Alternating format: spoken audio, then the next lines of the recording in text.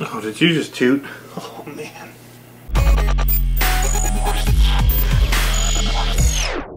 Hey RC people, Tony here, CCxRC, and today on the bench we have the Brave. It is the Feiyue FY-10, and this is more of an entry-level 1/12 scale Truggy style vehicle that's four-wheel drive. GearBest sent this to me to do a review for you guys, and again, this is more in the entry-level stage for people that might be looking for something under $100 that'll handle better than maybe something you could pick up at Target or Walmart or even Toys R Us in this same price range. I've seen this thing below $60, but it's typically around $70.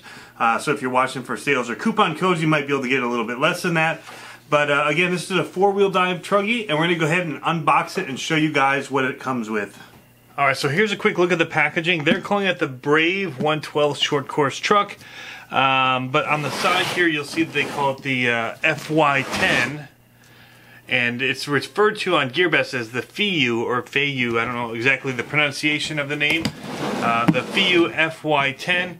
And it shows a little bit about the armor that they've got here for the inners, the shocks, bearings, and all of that. But we'll go ahead and we'll get this up. It says that it's got whole metal bearings throughout, so we'll get a look. Also says that it's waterproof on here.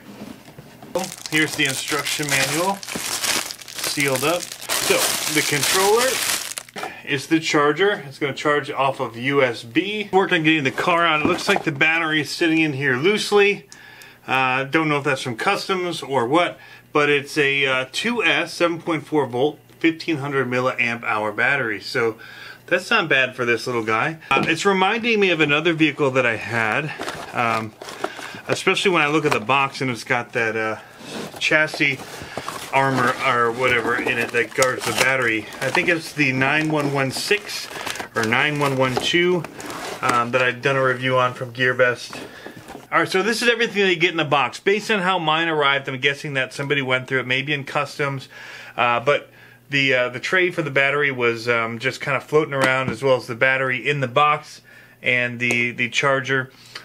Came with a couple tools that were in a bag with the instruction manual, a little screwdriver for working on some of the parts that it's held together with little screws, and then a little wheel wrench to be able to take your tires on and off, as well as the manual here, which gives you operation instructions on how to drive the vehicle, but it also has like diagrams on how to tear it apart and work on things, as well as the part numbers you need if you need to buy new parts. So this is handy. The controller feels really good, actually. I like this little thumb rest that they've got here. It just kind of fits right into the palm of your hand really good. The plastic itself is very smooth, and it doesn't feel like great quality or terrible quality. I'm kind of just indifferent. It's got nice foam on the top here for grip. Your hand won't slip. It's a little bit far to reach for one-handed driving. The only thing that it has is an on-off switch and steering trim. So no throttle adjustments or any of that. But it only needs 3 AA batteries, so that's a plus. So the basic design of this is a 1/12 scale four-wheel drive, basically like a Truggy, like an e-Revo, an Arma, Creighton, something like that style. But it definitely looks a lot more like the e-Revo. It has the rear fin here. All of this is plastic, rubber tires, plastic rims, and the shocks are just going to be spring-loaded shocks. They're not going to be oil-filled shocks. So let's take off the body here. It's just a few body clips, 4 body clips. The paint job actually is pretty decent on this, I think. And then it's got a protective coating on it, so you'll want to take that off to get the final sheen and look of what this car actually looks like. So the first thing that we'll see here is we're going to have our on-off switch is going to be kind of coated here at this little waterproof seal, and that'll let you turn it on and off with this switch. We've got our battery compartment here, which this tray should have been in, but was not. And so let's go ahead and put this in so you get an idea of what it looks like in the full Batman looking vehicle mode. So this is completely closed up now.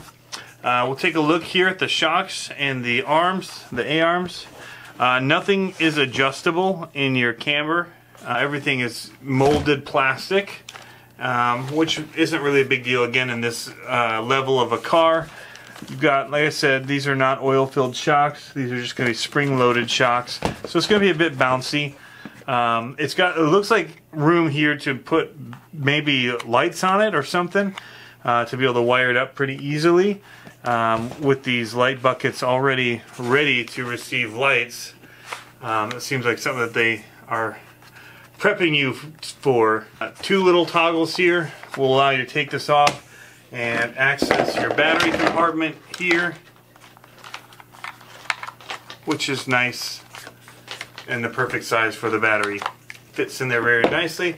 Alright, so I understand what they're doing here with this type of a design is that they're trying to protect it from the elements. The reason I don't like it though is that it also traps things in here when it gets in here, like water and things like that. Makes it a little bit harder for you to clean and work on when stuff does happen. You know, I'm indifferent about it, but I like to be able to see what's inside and have a look at all of my innards and my components to see how things are working.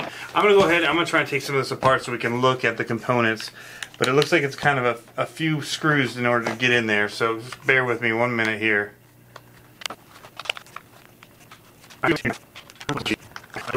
So here we have the internals. We've got our servo in here.